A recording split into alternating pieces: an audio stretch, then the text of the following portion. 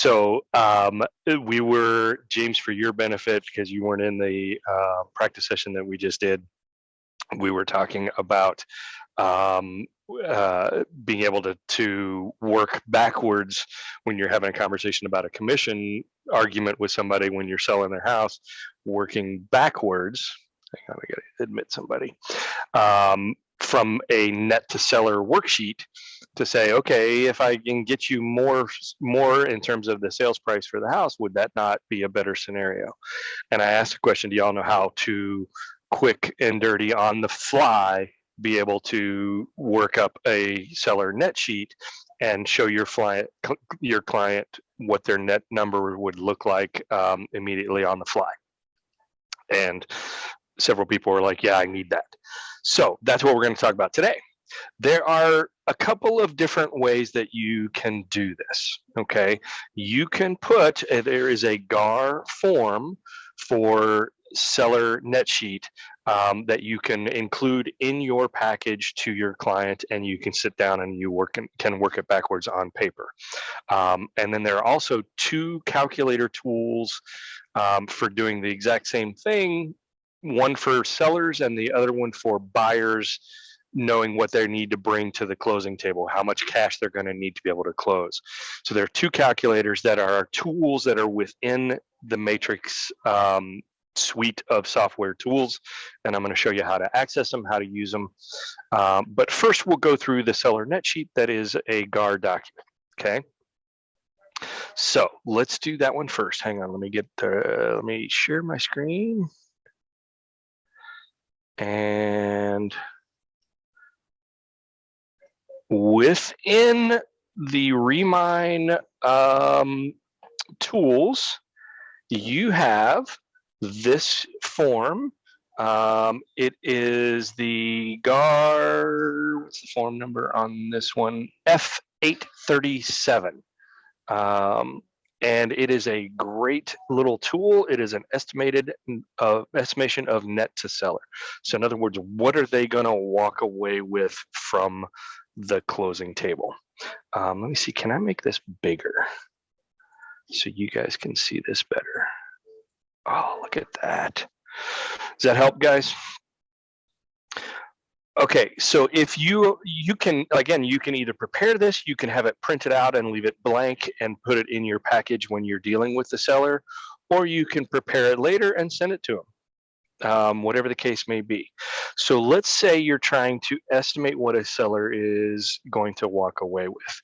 So let's say you've done your conversation with them, you've presented them your marketing presentation, what you're going to do for them, you've presented your comparables, and you've established that your sales price is going to be $400,000. Okay. You ask them some pointed questions. And this is one of the reasons why you don't fill this out beforehand, is because you don't know what their mortgage balance is. But say, in the course of the conversations, they tell you their balance on their mortgage is about half of their the asking price, and so 200 grand. Then you literally just go down through and notice this is doing the math for you down here. Okay, so all you have to do is go through and start filling in these forms. So somebody might have to do some calculator work for me. So let's just say of that $200,000, their interest rate is 3.5%, and the number of days to the closing. So this is the whole calculator thing. Does somebody want to do the math for me on this one? $200,000 times 3.5% times divided by 360 times the number of days. Let's just say, for example, it's 15 days. Somebody work on that for me. I'm going to keep going down through. Okay. And then you would do the same thing. 292, Jay. Say again? 292 if you round it up to the nearest dollar. $292? Yes, sir. Dude, you're the man. Thank you very much. Okay. Then you're going to come down here, and then so that's an addition to this, or to the loan payoff expenses. Now we're going to go down through and we're going to do some subtractions. So say, for example, in the course of negotiations, are you going to voluntarily pay any seller closing costs? Probably not. More than likely, this number is zero. But let's say, for example, after the buyer does home inspections and things like that, you think, I don't want to do these repairs. I don't want to repair that garage door. Let's just throw some money at it. Let's just say, for the sake of argument, you're going to do $1,000 towards their closing costs in lieu of some sort of repairs. Okay. Any of the unpaid property taxes. So, and this is a proration. So somebody want to do the math for me on this one. Let's just say, for example, their property taxes, and you would get all this from the realist tax, is $2,500 per year divided by 365 times, let's just say 75 days between now and then. Somebody doing the math for me? Yeah, 514. Dude, you're the man. And I don't know if any of this is right, so please, someone feel free to correct me. It's close enough for the sake of our example. Okay, so say, for example, there was an HOA assessment that was going to be due. They're repaving the streets in the neighborhood, and they're charging everybody $300 for that, and that's going to be part of your expenses whenever you're doing this. Are you as a seller going to pay for a survey? Probably not. Home inspection, repairs, cleanup, again, probably not. Real estate brokerage fees. Here's a big one. So if you're charging 6% times $400,000, you're looking at a $24,000 commission. Document preparation fees. I think most closing attorneys are charging about $75 for that these days. Prorated rent to a buyer, security deposit transfer, HOA closing fees. There may be an HOA letter that might cost $250. You're spitballing on a lot of this stuff, y'all. Okay. And let's just say, for the sake of argument, now you're going to do some credits. If you've already paid the taxes for this year, this would be a calculation where you do the same thing as you did up here. Unpaid property taxes is a deduction. Paid property taxes is a credit. It's going to be one or the other. Okay. Everybody knows when you have a mortgage, you have escrow funds that are used every year to pay for your property taxes and your insurance. You could ask the seller if they know what their balance might be, but on average, you're probably looking at maybe $2,500 that they're going to get a credit back eventually from their current lender. So as we have been filling in all of these numbers, there's some calculations happening over here, and your estimate of the net to the seller is going to be roughly, once the commissions are paid, once all the fees are likely to be paid, it's roughly to be around $176,000 walk away. That's the number that they're going to walk away with. Okay. So now that you've got this, you can print it, you can download it, you can email it. Of course, you want to fill out all the stuff at the top, 123 Main Street, all that kind of good stuff.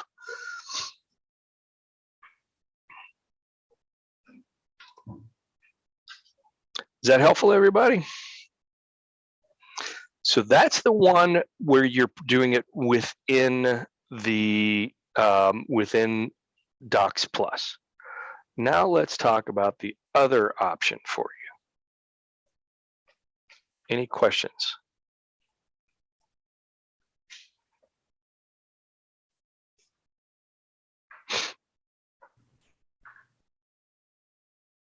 Okay, so everybody should be familiar now with the Matrix homepage, and you are almost automatically going to go to up here to search, or to your public records, or to your docs. But everybody know this, one of these other lesser known tabs up here is finance, and you have a bunch of calculators and tools that you can use right here. All right. So one of them is this seller's estimated net proceeds. This is almost the exact same form and almost the exact same format as what you saw with the estimated net to seller worksheet. It's just all digital. Okay, so here would be where you would select who your contact that's within here, and it's going to fill this information out. You can put your address and all this good information. I need to make this bigger because this is like microscopic. Hang on. Is that better, y'all? Okay, let's go through and we can fill out the exact same examples. So the sales price of the house, let's just say if we were to get 400, but you want to give them a couple of options and you say, well, you know, we're going to list it for 400, but I expect that we could potentially end up going above asking in this seller's market. So let me just kind of go through a couple of different scenarios for you, Mr. Seller. Okay, so one of sales price number 1 would be there, sales price 2, sales price 3. Let's just go through and we'll do the exact same numbers as we had before. Their present mortgage, not 20,000, but 200,000. If they had some kind of a HELOC or credit to home improvement loan, something along those lines, what did we say the special assessment was that they were going to charge for paving the neighborhood?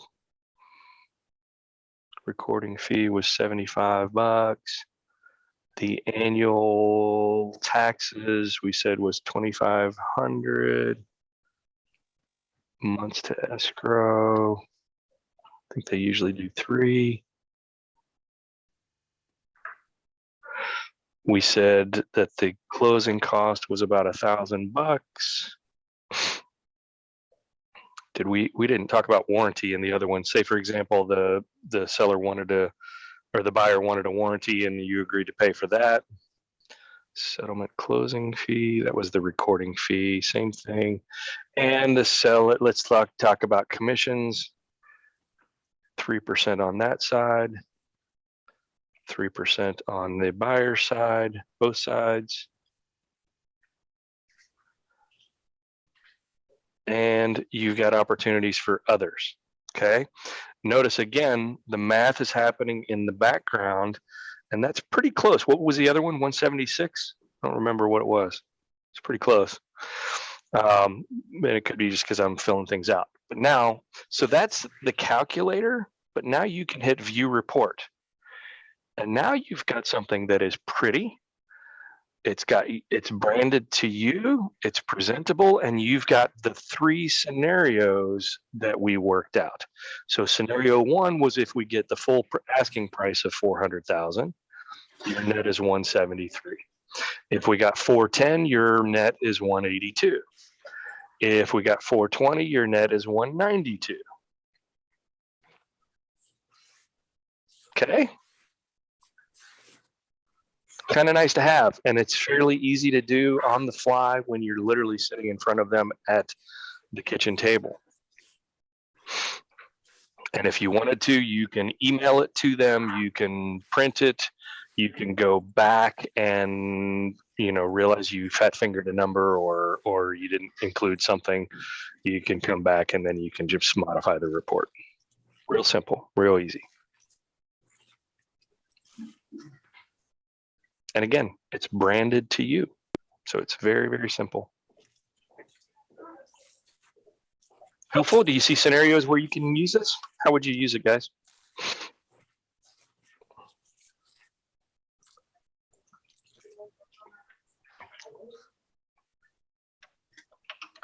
He asks some questions so that he could take a drink of his Coke Zero. Go ahead.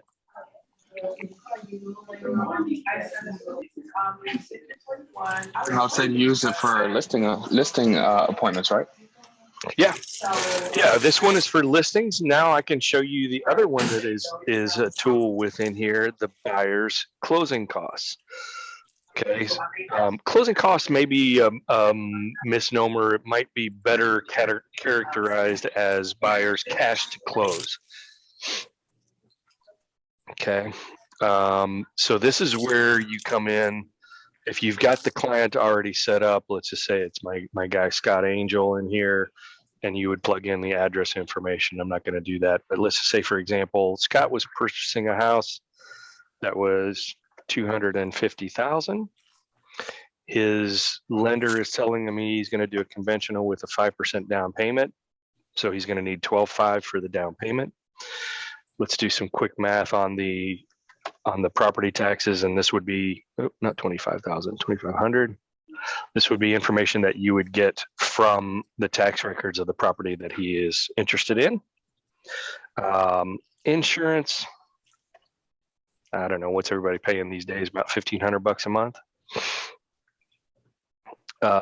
If the condo, if there was a HOA that was, I don't know, 350, $400 a year, what's that work amount to per month?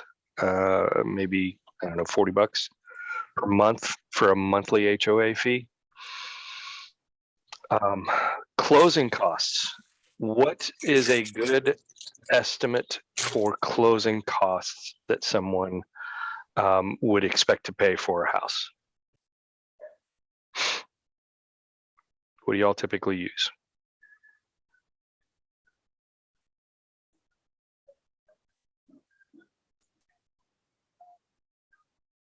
Oh, come on, somebody's got to have a number. In terms of percentage of sales price, what would you estimate the percentage of a sales price for closing costs? Like 3%. Absolutely.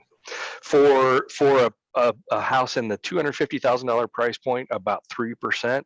Somewhere between 2.5% to 3% is a reasonable estimate of closing costs.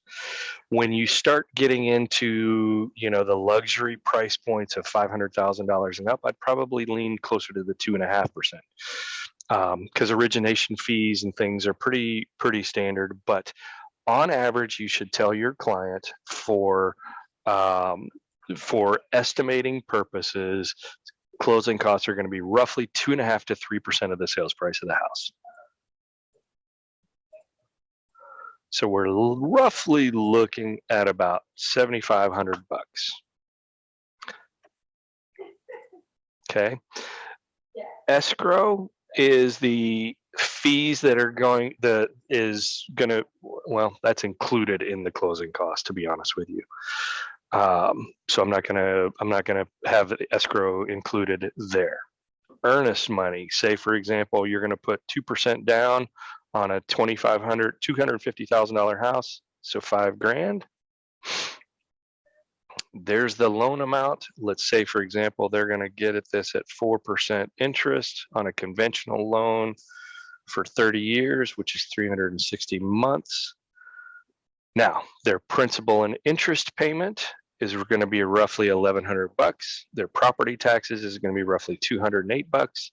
Their insurance is going to be $125. Their monthly HOA fees is going to be about $14. Cash required at closing is estimated to be about $15,000, and their total monthly payment for a $250,000 house is likely to be around $1,500. Okay. Now that's the numbers. Now you can hit view report and you can make it look presentable to your client. This is the number that most of the time they are most interested in trying to figure out, okay, do I have enough cash in my savings account, or, what am I going to need to pull out of my IRA to be able to make this dream a reality?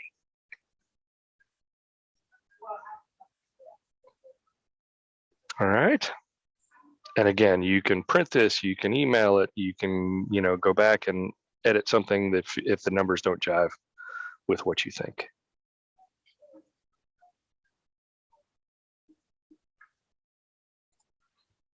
Helpful? Just one other tool that is there. You know what? Let me show you one other thing. There's even more than that. So I don't know how much I would use these. There are additional calculators in here. There's everything from should I refinance to, should I rent or buy? Which mortgage is better for me? I mean, some of these I don't know that I would go to FMLS for this kind of information, like investing. What is the yield on my portfolio? I think I'd probably defer to my financial advisor as opposed to, matrix calculator. And how much do I need to fund my retirement? Again, I think I'd probably talk to an expert, but they're here if you need them. I like this one. How much will I save by increasing my mortgage payment? So if if you're one of those Dave Ramsey, I pay an extra $100 a month on my mortgage rate because I don't eat out one night a week. How much money am I saving? You can actually calculate that kind of thing. How much mortgage might I qualify for? I've never done this one, but you could plug in your income, what your monthly expenses are, and it might tell you. Wow, these are.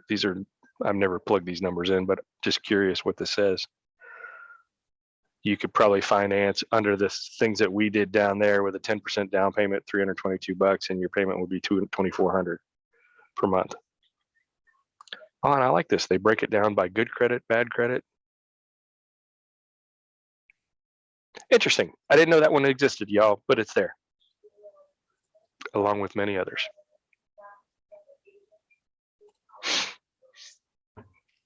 That's all I got for you today, everybody.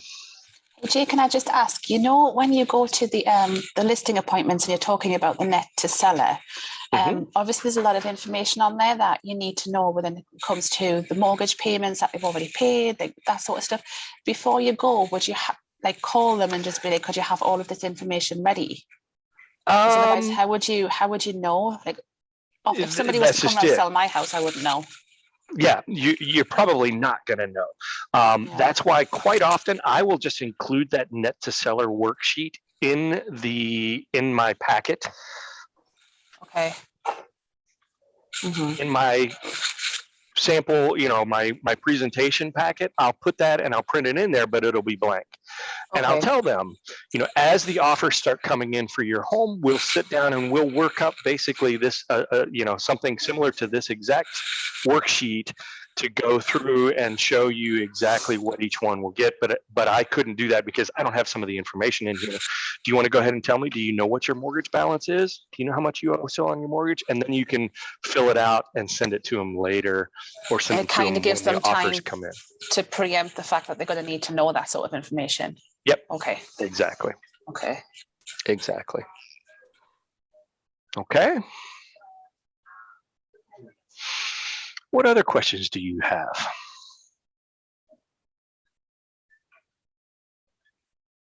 Okay.